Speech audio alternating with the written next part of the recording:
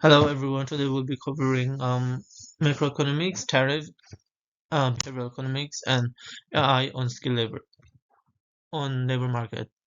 GDP or gross domestic product is the primary indicator of nation output, the total value of or final goods and services produced within a specific period, typically a year from business activities. GDP measures living standard, although it is not 100% accurate. Due to lack consideration of population size, but it provides us a way of estimating living standard through per capita GDP, which is the income of an average household. A rise in GDP signals an expansion. This means an increase in job opportunities due to business thriving. However, a decline in GDP indicates a contraction. From a business, a rise in GDP suggests that there will be an increase in demand for loan as more businesses and consumers are confident in their purchasing power. But if GDP is declining, there will be lower demand for loans. Next is inflation. It is the growth in overall prices level in an economy. Inflation is important to consider for a business because this whole control the purchasing power. The The ideal rate set by RBA is 2 to 3% and is considered balanced economic growth and is positive. But how do we measure inflation?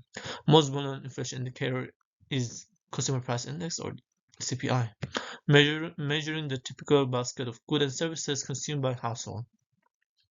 Rising inflation rates suggest that there is an expansion in the business cycle, and consumer demand is high and are spending more in the economy. As their confidence is higher, um, as their confidence is higher.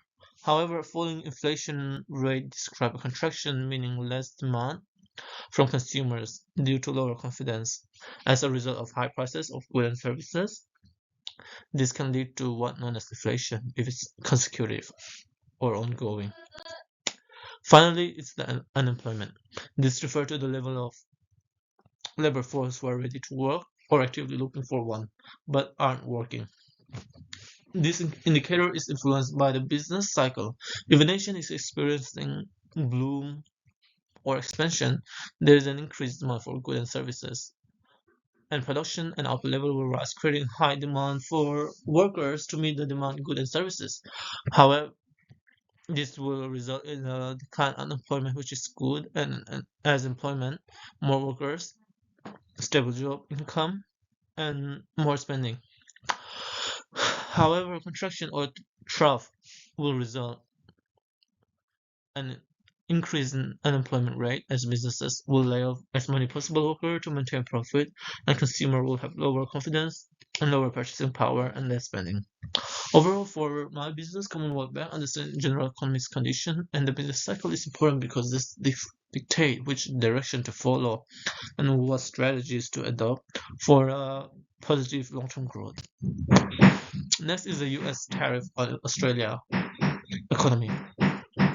This will result in Australian net export to fall, which reduces aggregate demand.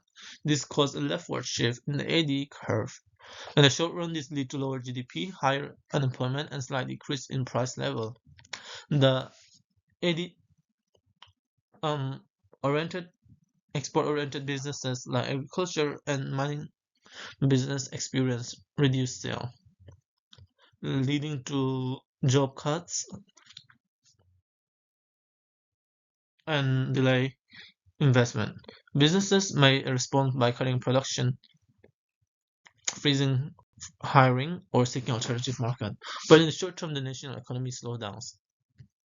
This negatively affects consumer and investor confidence, further lowering spending and investment on the Australia economy.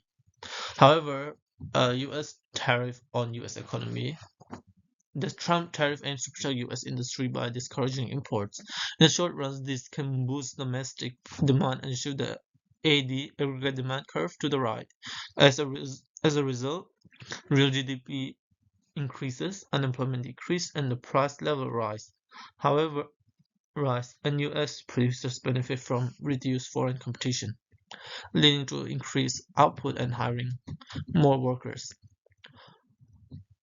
However, these consumer face higher prices as a result of less goods coming in the US and have and businesses can take advantage by increasing prices. Um, Overall, this short-run effect is a moderate expansion in output, supported by a shift in spending from imports to domestic goods.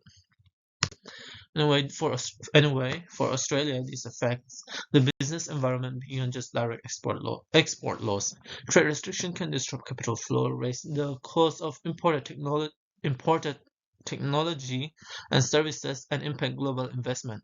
For financial institutions like Commonwealth Bank, this dynamic can influence credit risk, loss demand, and business investment decisions. Moving on is behavioral and traditional economics. Behavioral economics refers to the field of economics that studies how human psychology influences the decision-making process.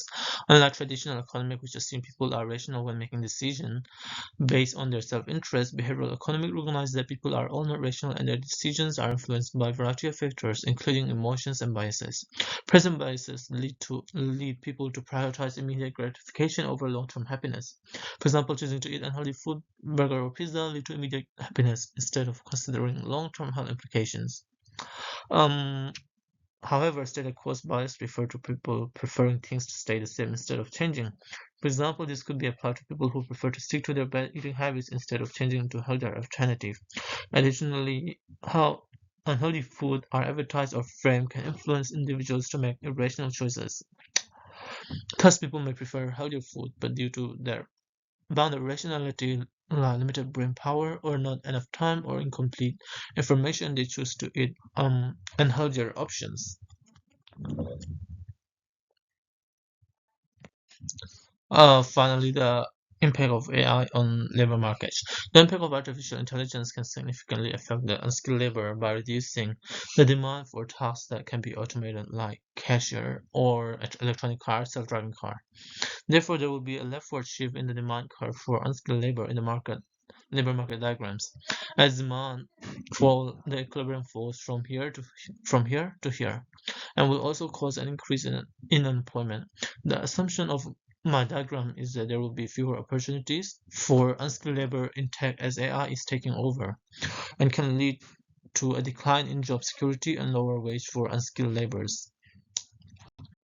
However, for skilled labor, AI can be positive opportunities because this can boost productivity for simple tasks, and skilled employees can focus on high value tasks.